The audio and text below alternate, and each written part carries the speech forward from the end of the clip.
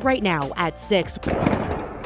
Just literally between the boom and the shock wave just hit us like a ton of bricks. What we're learning about the industrial explosion powerful enough to rip the roof off a building and send debris flying. Plus, I fear that this body is going to engage in a dereliction of our duties out of fear of not being Portland polite. As city councilors question how another $20 million suddenly just turned up. Also, why the Trump administration is targeting one of Oregon's biggest brands. Then, it's a once-in-a-lifetime opportunity. Meet the engineer breaking barriers behind the scenes at Super Bowl 60. And later, Oregon's Jackie Wiles on what could be her final run at Olympic history. I'm finally in a place where I'm fully healthy. I'm skiing the best that I ever have.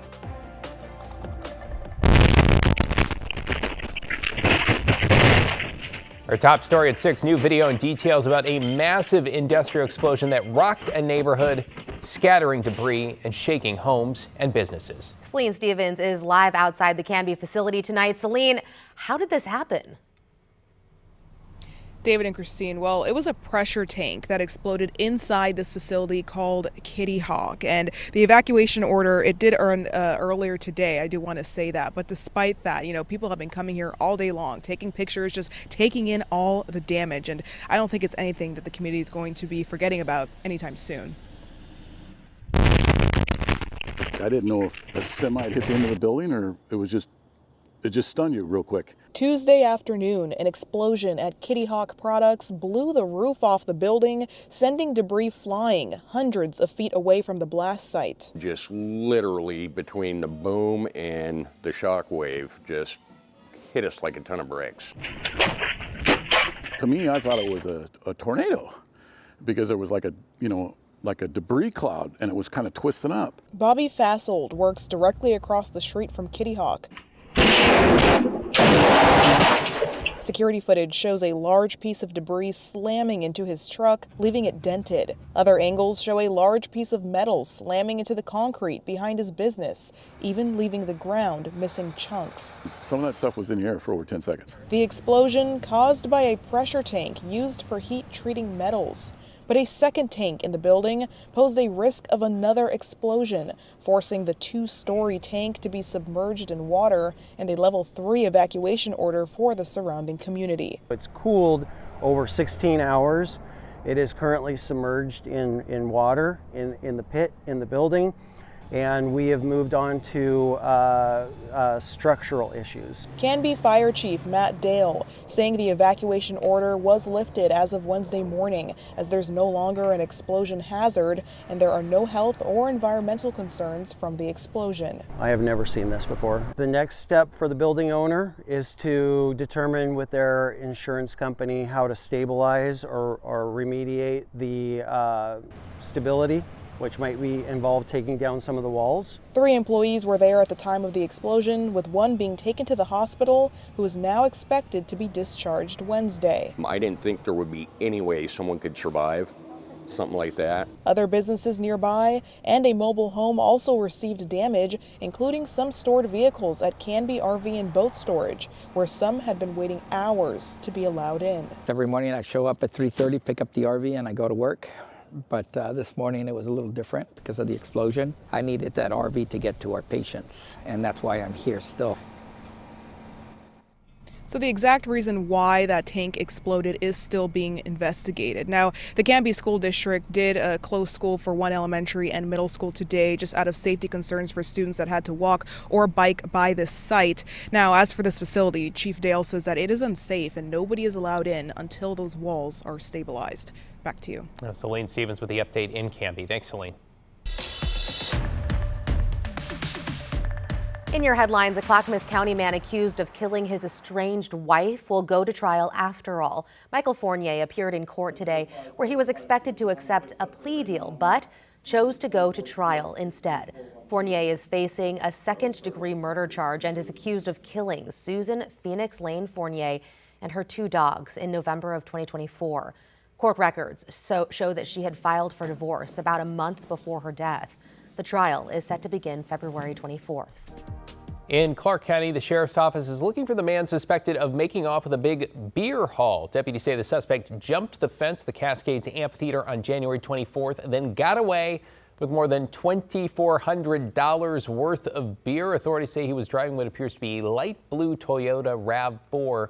Anyone with information here should contact the Clark County Sheriff's Office.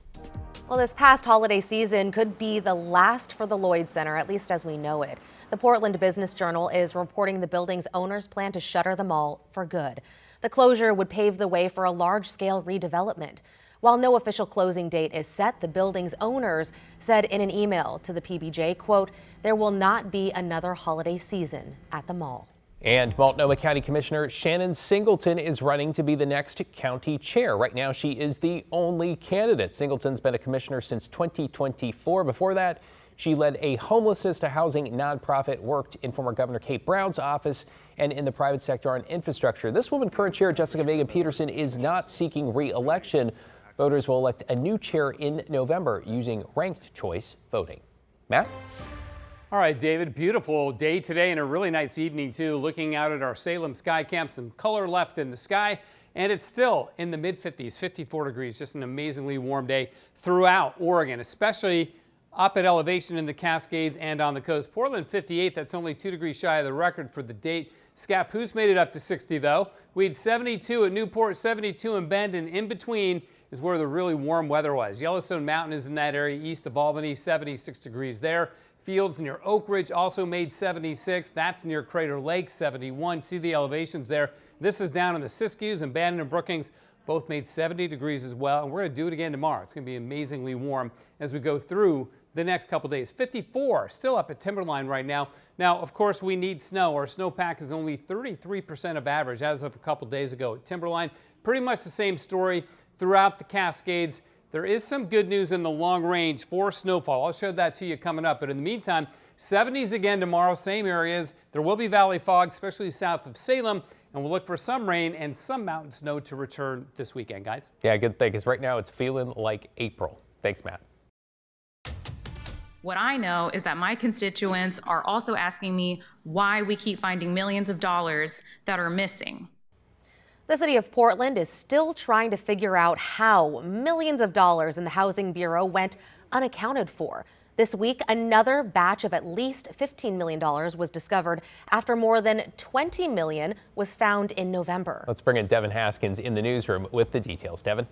Yeah, right, because the city council today met voting in favor to look into how those unspent funds were found, as some said, under the cushion, under the couch cushion. Twice in the last few months, city officials have found tens of millions of dollars in unspent money in the Portland Housing Bureau.